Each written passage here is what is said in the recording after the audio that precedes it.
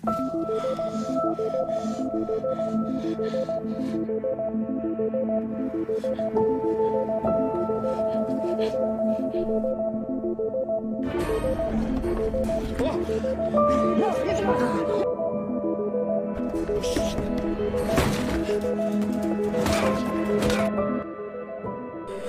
para pecinta film, selamat datang di One Day Film.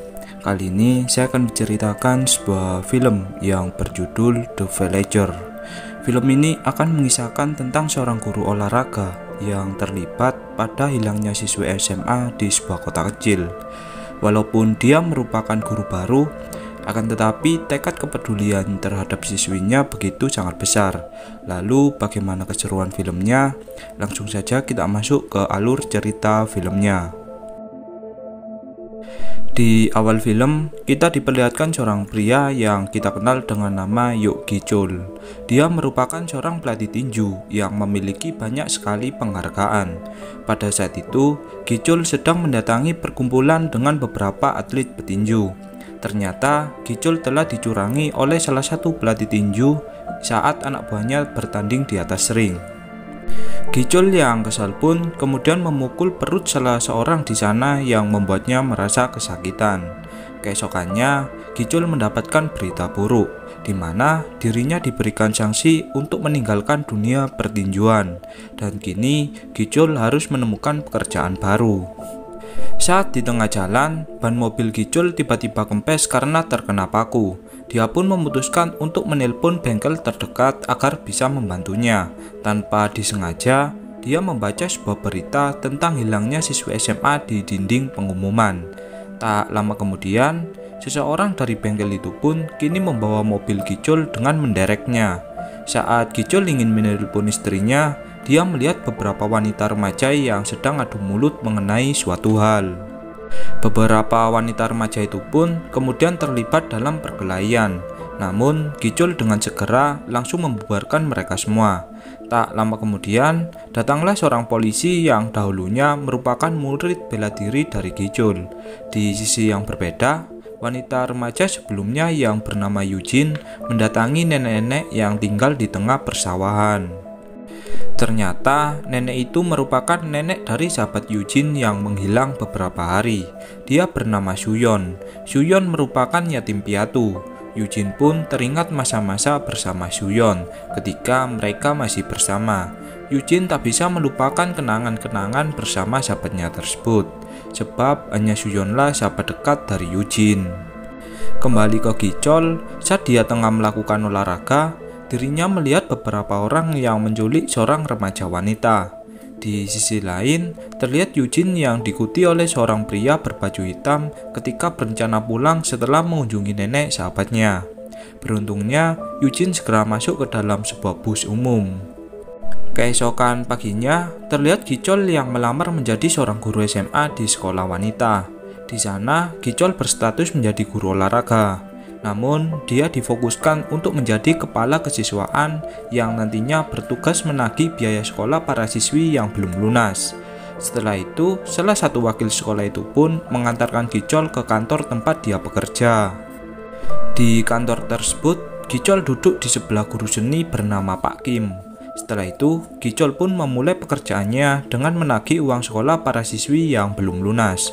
Saat ingin menagih, seorang guru menyarankan agar Gi-chul pergi ke kantin, sebab para siswi lebih sering berada di kantin untuk makan siang. Setelah itu, Gi-chul pun bergegas menuju kantin untuk menagih biaya sekolah para siswi. Namun, saat Gi-chul bertemu dengan seorang siswi yang belum membayar biaya sekolah, siswi itu malah menolak untuk membayar. Di sisi lain, ternyata Eugene bersekolah di SMA tersebut. Di sana, Eugene terkejut melihat Gi-chul yang dia temui sebelumnya. Gi-chul pun menemukan nama Eugene di daftar buku penagihan, yang kemudian Gi-chul pun mengejar arah Eugene pergi. Akan tetapi, saat Gi-chul sudah bertemu dengan Eugene, dia malah tak mau membayarnya. Eugene pun kemudian mendatangi gurunya untuk mengkonfirmasi hilangnya Suyon. Namun, gurunya pun tak memperdulikan hal tersebut. Kembali ke Gi-chul, di sini dia bergegas menuju ke toilet untuk buang air kecil. Dari luar jendela, terlihat Eugene yang bolos sekolah dengan melompati pagar sekolah. Kemudian terlihat Gicol yang bermain mesin boneka. Eugene yang melihatnya pun kemudian tersenyum melihat kelakuan dari Gicol. Di sisi lain, kota tersebut akan melakukan pemilihan umum untuk memilih gubernur baru. Kembali ke Gicol, di sini dia melihat Eugene yang mendatangi klub malam. Ternyata Eugene mencari keberadaan Suyeon yang bekerja di klub malam tersebut. Di tempat tersebut, Eugene didatangi oleh beberapa orang yang menjaga di klub tersebut. Eugene pun akan dibawa oleh beberapa orang tersebut. Namun, tiba-tiba datanglah Gicol yang akan membawa Eugene pergi. Penjaga klub tersebut pun membiarkan Gicol dan Eugene untuk pergi. Di luar klub, Gicol menasihati Eugene agar tak mendatangi tempat tersebut, sebab tempat itu berbahaya untuknya. Tak lama kemudian, keluarlah seorang wanita yang bekerja di klub tersebut. Eugene pun bertanya tentang Suyeon, namun dia beralasan tak mengenalnya dengan lagak yang mencurigakan. Merasa hari sudah mulai gelap, Gicol pun memutuskan untuk mengantar Eugene pulang ke rumahnya. Saat di tengah jalan, Eugene minta diturunkan di tengah jalan, sebab rumahnya kini sudah dekat, dan Gicol pun kemudian memutar mobilnya untuk kembali pulang. Saat Eugene tengah berjalan sendirian, tiba-tiba muncul pria berpakaian hitam yang mencoba menangkapnya. Di sisi yang berbeda, Gicol menyadari bahwa ponsel Eugene tertinggal di mobilnya.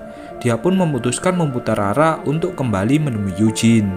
Dari kejauhan, Gicol melihat Eugene yang tak sadarkan diri di seberang jalan. Khawatir terjadi apa-apa, Gicol pun membawa Eugene ke rumah sakit terdekat.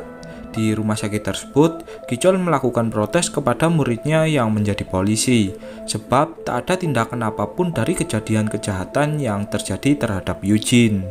Keesokan paginya, Gicol mendatangi rumah nenek Suyeon untuk meminta tanda tangan kepadanya, agar kasus Suyeon yang menghilang segera ditindak oleh polisi. Setelah itu, Gicol pun kembali menemui teman polisinya untuk memberikan berkas pelaporan agar polisi segera bertindak. Namun, teman polisi Gicol malah menunda pelaporan tersebut. Gicol pun merasa aneh dengan para polisi. Setelah itu, Gicol memutuskan untuk mendatangi wali kelas dari Suyeon untuk mengabarkan jika Suyeon benar-benar menghilang. Namun, wali kelasnya pun tak memperdulikannya. Di luar ruangan, Gicol diperintah oleh wakil sekolah untuk tak memperdulikan orang hilang, sebab kejadian tersebut merupakan hal yang biasa. Di sebuah ruangan, Eugene berterima kasih kepada Gicol karena membantunya mencari Suyeon, sebab dari seluruh guru sekolah, hanya Gicol yang peduli kepada para siswi. Kembali ke teman polisi dari Gicol, di sini dia dimarahi atasannya karena membuat laporan tentang hilangnya Suyeon. Jelas hal ini membuat keadaan semakin mencurigakan. Beralih ke Gicol, di sini dia melihat asap rokok yang berasal dari kamar mandi sekolah. Di sana, Gicol pun memarahi para siswi karena merokok di dalam toilet. Kemudian, Gicol pun berusaha memasang barang yang terjatuh. Dia pun terkejut setelah melihat sebuah benda persis seperti kamera tersembunyi di toilet para siswi. Kemudian, Gicol dipanggil oleh wakil kepala sekolah. Di sini dia dimarahi, sebab dirinya membuat laporan tentang siswi yang hilang. Wakil kepala sekolah itu pun menyuruh Gicol untuk fokus terhadap pekerjaannya, yaitu menagih hutang para siswi saja. Setelah itu, Gicol mencoba mengecek isi kamera yang dia temukan. Pada esok paginya, Gicol mendatangi tempat duduk dari Pak Kim bekerja. Di situ, Gicol menemukan sebuah informasi penting, yang mana Pak Kim atau guru seni sempat melakukan komunikasi dengan Suyeon yang dikabarkan menghilang. Setelah itu, Gicol pun menghubungi Eugene untuk mengabarkan hal tersebut. Tak disangka, ternyata Eugene diajak kencan oleh Pak Kim menuju ke rumahnya. Gicol pun menjelaskan jika Pak Kim adalah seorang cabul dan dia ada kaitannya dengan hilangnya dari Suyeon. Eugene yang takut kemudian mengatakan jika dirinya sedang bersama Pak Kim, dan Eugene kemudian mengirimkan sebuah pesan kepada Gicol jika dia akan pergi ke rumah Pak Kim. Di tengah jalan, Eugene bertanya tentang Suyeon kepada Pak Kim. Akan tetapi, Pak Kim malah memukul Eugene yang membuatnya tak sadarkan diri. Setelah tersadar, Eugene melihat dirinya yang kini terikat rapat dan membuat tubuhnya tak bisa digerakkan. Di sana, Pak Kim mengatakan jika dia tak melakukan apapun kepada Suyeon, dan berusaha meyakinkan Eugene jika hilangnya Suyeon tak ada kaitannya dengannya. Di luar rumah, Gichol berusaha memaksa masuk ke rumah Pak Kim yang terkunci dari luar. Gichol pun terpaksa menghancurkan pintu agar dirinya bisa masuk ke dalam. Dan setelah berhasil masuk, Gichol mengajar Pak Kim hingga dia tak berdaya. Gichol kemudian bertanya kepada Pak Kim tentang keberadaan dari Suyeon yang telah menghilang beberapa hari. Pak Kim pun kemudian menceritakan beberapa hari yang lalu, di mana dia sebenarnya sangat mencintai Suyeon, dan pada saat itu Pak Kim menjemput Suyeon di suatu tempat karena permintaan dari Suyeon. Malam itu Suyeon terlihat habis dihajar oleh seseorang. Kemudian saat di tengah jalan, Suyeon mendapatkan telepon dari bosnya dan menyuruh Pak Kim pulang lebih dulu. Namun Pak Kim yang tak tega kemudian memutarkan mobilnya kembali. Di sana dia mencari-cari keberadaan dari Suyeon. Namun dia hanya menemukan ponsel Suyeon yang kini telah rusak. Gichol pun memarahi Pak Kim karena hal tersebut, sebab para siswi ini masih di bawah umur. Tak lama kemudian, datanglah polisi dari luar rumah. Ternyata itu semua adalah ulah dari Eugene yang mengadu kepada polisi. Kemudian Gichol menemui atasan polisi yang memarahi teman dari Gichol. Atasan polisi itu pun berlagak aneh ketika Gichol menyuruhnya untuk menyelidiki kejahatan tentang Pak Kim. Di luar kantor polisi, Gichol menanyakan tentang pembuatan laporan hilangnya siswi yang diberikan oleh Gichol. Namun, teman polisinya pun meminta maaf karena belum membuat laporannya. Sebab saat ini sedang akan dilaksanakan pemilu yang membuatnya tak bebas untuk bertindak. Kemudian, kita diperlihatkan seorang pria yang bernama Young-do. Dia merupakan tangan kanan dari pemilik klub. Ternyata, Young-do mendapatkan telepon dari atasan polisi yang bertingkah mencurigakan sebelumnya. Young-do kemudian mengatakan kepada bosnya yang bernama Kim Tae jika mereka memiliki sebuah masalah. Keesokan paginya, ramai perbincangan tentang informasi di papan pengumuman jika Pak Kim ternyata seorang pencabul beberapa siswi. Gichol pun mengetahui jika itu semua adalah ulah dari Eugene. Di sini, dirinya mencoba menasihati Eugene agar tak bertindak sesuka hatinya, sebab akan membahayakan keadaan Eugene nantinya. Kemudian, terlihat Gichol yang bertemu dengan kepala sekolah. Ternyata dia adalah Kim Tae yang memiliki klub malam. Di sini Gichol pun diberikan uang pesangon untuk berhenti menjadi seorang guru di sekolahnya. Setelah itu Gichol pun memutuskan untuk pulang. Tak lama kemudian dia dihubungi oleh teman polisinya tentang penemuan mayat siswi di bawah jembatan jalan raya. Gichol pun menyadari jika wanita tersebut adalah orang yang dia cari-cari atau yang kita kenal dengan Suyeon. Eugene yang berada di sana pun merasa tak percaya melihat sahabatnya yang kini telah tiada. Di sisi yang berbeda, Gichol bersama Eugene mendatangi rumah sakit tempat nenek Suyeon dirawat. Di sana, nenek Suyeon pun merasa bersedih setelah mengetahui kematian cucunya. Beralih ke teman polisi dari Gichol, di sini dia berusaha mengambil ponsel dari Suyeon untuk diperbaiki di counter HP. Namun, dari kamera CCTV, teman dari Gichol diawasi oleh beberapa atasan polisi. Setelah ponsel tersebut berhasil diperbaiki, dia pun menghubungi Gichol jika Suyeon ada kaitannya dengan madam di klub malam. Namun, tiba-tiba dia pun dipukul oleh seseorang hingga tak sadarkan diri. Gichol pun kemudian mendatangi klub malam untuk mencari keberadaan dari madam. Penjaga klub tersebut yang ketakutan pun kemudian menghubungi Young-do tentang guru sekolah yang mendatanginya. Kembali ke Gichol, di sini dia berusaha berbicara dengan madam tentang kejadian Suyeon yang sebenarnya. Madam pun menceritakan yang dirinya ketahui. Suyeon pada saat itu bekerja sebagai penyanyi di klub malam. Dia melayani beberapa orang yang datang ke klub tersebut. Namun, tiba-tiba neneknya menghubungi Suyeon jika dia sedang sakit, sehingga Suyeon pun merasa khawatir dengan neneknya. Kebetulan Kim Tae atau kepala sekolahnya sedang berada di tempat itu, yang kemudian Suyeon pun meminta bantuan kepadanya. Kemudian, Kim Tae pun memarahi tangan kanannya atau Young-do karena mempekerjakan wanita dari sekolahnya. Young-do pun meminta maaf karena di kondisi saat ini sangat sulit mencari wanita remaja. Saat ingin mendatangi Suyeon, ternyata dia sudah kabur dari tempat tersebut, dan hanya itulah yang diketahui oleh madam. Dan setelah beberapa saat, kini Yungdo sudah berada di hadapan dari Gichol. Di sini terjadilah pertarungan antara Gichol dengan anak buah dari Yungdo. Mereka pun saling membalas serangan satu sama lain. Namun, Gichol yang merupakan mantan petinju terbaik dengan mudah melumpuhkan mereka semua. Gichol pun bertanya kepada Yungdo, apakah dirinya yang membunuh Suyeon. Kemudian, Yungdo pun menceritakan kejadian sebenarnya. Saat Suyeon kabur, dia mendatangi pom bensin tempat Suyeon berada. Di sana, Suyeon disekap oleh seorang pria berpakaian hitam, seperti orang yang menyekap Yujin sebelumnya. Yungdo pun terkejut setelah melihat Suyeon bersama pria tersebut. Kemudian, Yungdo pun menghubungi bosnya atau Kim Tae jika ada sesuatu hal yang berhubungan dengan anaknya. Gichol pun menyadari jika Pak Kim merupakan anak dari Kim Tae. Saat ingin menuju ke kantor polisi, teman polisi Gichol mengabarkan jika Pak Kim atau guru kesenian dibebaskan tiba-tiba. Di sisi lain, Yujin kini dibawa oleh Pak Kim menuju ke ruangan rahasia. Kemudian cerita pun flashback ke masa sebelumnya.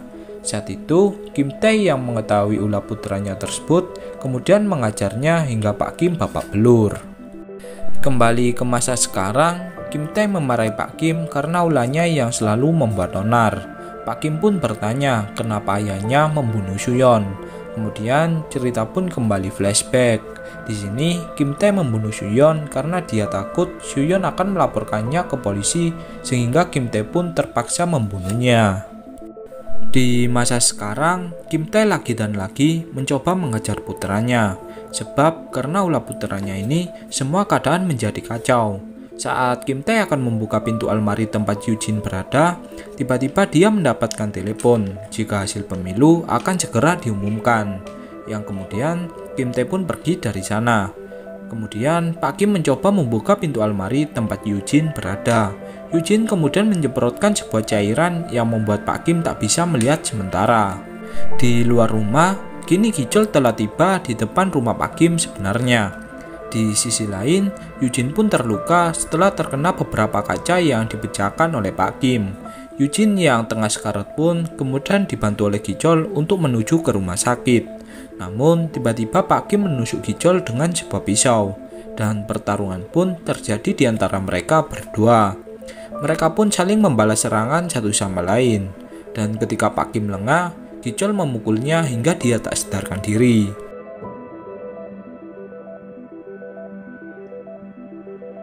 Di sini, Gichol pun berusaha membawa Yujin ke rumah sakit. Di sisi lain, Kim Tae memenangkan pemilunya yang kini dia akan menjadi seorang gubernur. Gichol yang melihat jika kini Kim Tae menjadi gubernur, kemudian mencoba mendatanginya. Saat di tengah jalan, Gichol menabrak mobil Kim Tae yang membuatnya pun mengalami kecelakaan. Dengan penuh emosi, Gichol kemudian mendatangi Kim Tae dan memukul kaca mobilnya. Polisi pun datang ke tempat kejadian. Kim Tae yang melihatnya pun merasa senang karena dia mengira polisi ada di pihaknya. Akan tetapi, ternyata polisi akan menangkap Kim Tae karena kasus pembunuhan.